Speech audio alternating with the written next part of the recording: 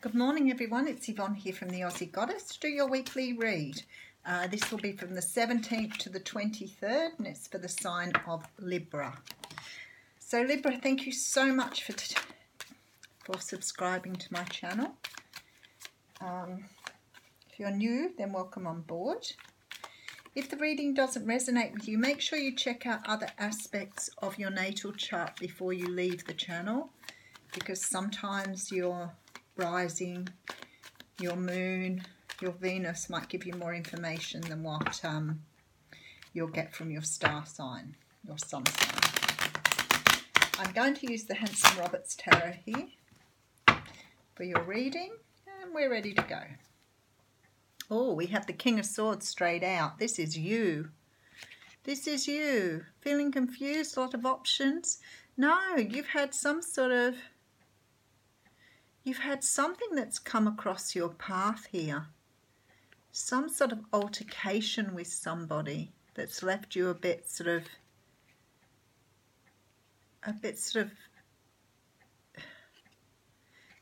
confused about where you were going here. You could be dealing with another air sign here. But it's like you've had some sort of altercation with them here. It could be that they've been very selfish too, or stood their ground on something that you didn't agree on, or perhaps something that was wrong. But it sort of made you feel a bit confused by this here. So maybe it's sort of fairly early in the relationship and you're not really sure which way it's going at this time. Perhaps for some of you this is a very new energy and you're not sure of where you're going. Yeah, look at you. So Eight of Swords, so you're overthinking this for starters. But you feel very, very trapped in this situation and unable to get free. The thing is, you do know what you have to do, but you're blindfolded here. So for some of you, this is about landing in the wrong situation.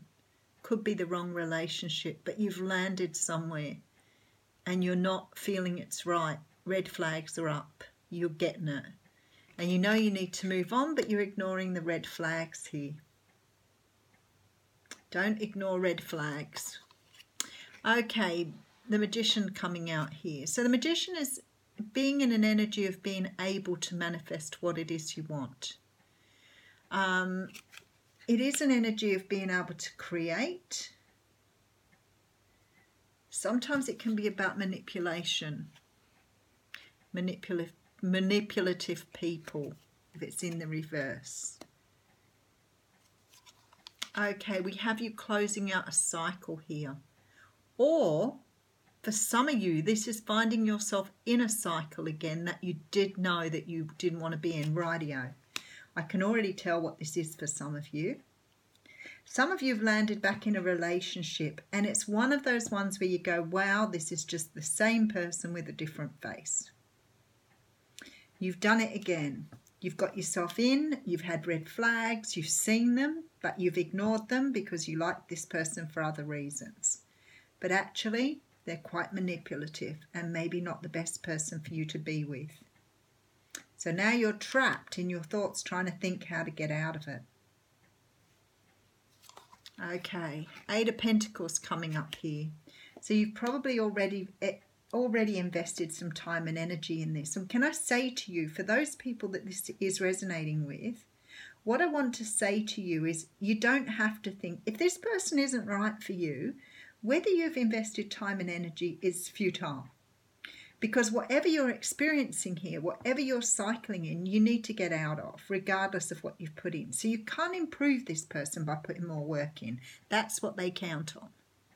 That's how they get you trapped. Because you keep putting in more effort because you think it's you. And it's not you at all. It's the other person. So don't keep putting in more effort thinking you're not getting it right when you can see the red flags. Because the idea of this person is that they can see how to manipulate here. They know how to do it. They're very, very clever.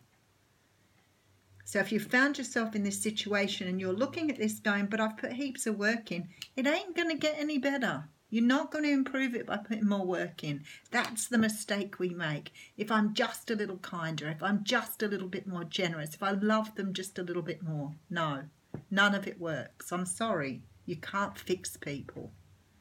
All right, I'm off my soapbox now. Queen of Pentacles coming out here. So you could be dealing with an air sign, with an earth sign, sorry.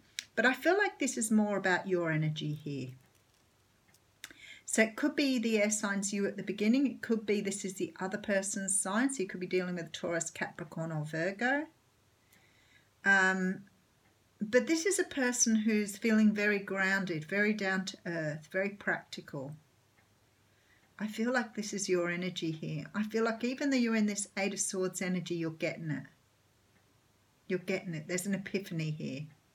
There's an epiphany here. This is why you're closing out this. You've cycled this and you're realizing and you're going into another cycle. So you're ready to close it out this time. You're taking on this earthy energy to do that. Okay, so you're in a karmic relationship. This is some sort of karmic relationship. This is a relationship that's sent in for you to finish out this energy. This energy of keeping investing in something that is not doing you any good. Look, I mean, I'm the greatest one for this. I sit here and I think I work with so many people that do this. They get into a relationship, the person's so lovely, you fall madly in love with them, everything that you ever thought, dreamed of. But see, that is what they do. They're manipulative. They know what you're after. They're able to create it. They've got a mask on. And then when things start to crumble and their mask starts to fall, you keep investing more into it, thinking it's your fault that they're not happy. It's my fault because they're angry with me. It's my fault because I can't get this right. It's my fault because I've done this before in other relationships, so it must be my fault. And it is so not your fault.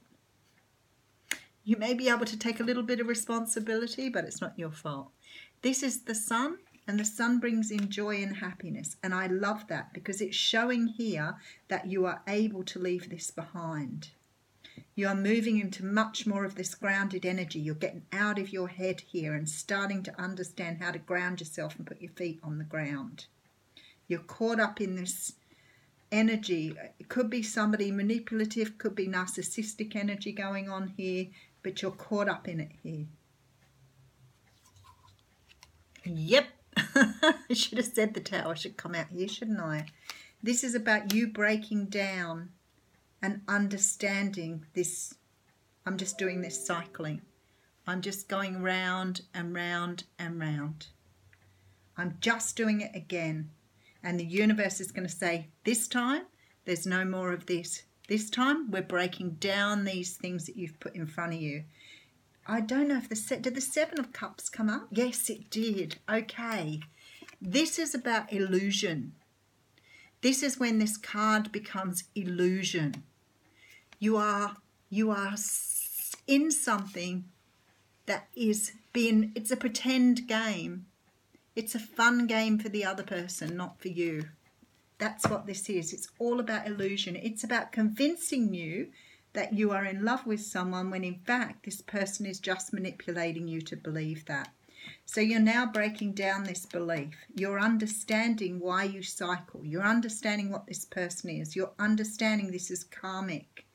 The universe is teaching you not to get into this sort of thing again. And the sun is here. So I know you're looking at brightness on the other side of this.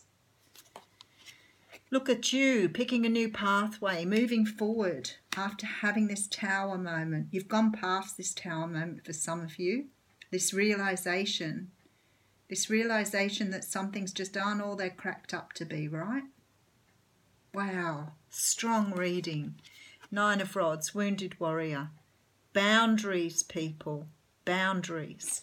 You know, it's funny because when I speak to people who've come out of these very manipulative relationships and I say to them about the boundaries, what happens in the beginning is this person learns how strong you are through your boundaries. And if they can keep breaking down your boundaries, it means they can manipulate you very, very easily.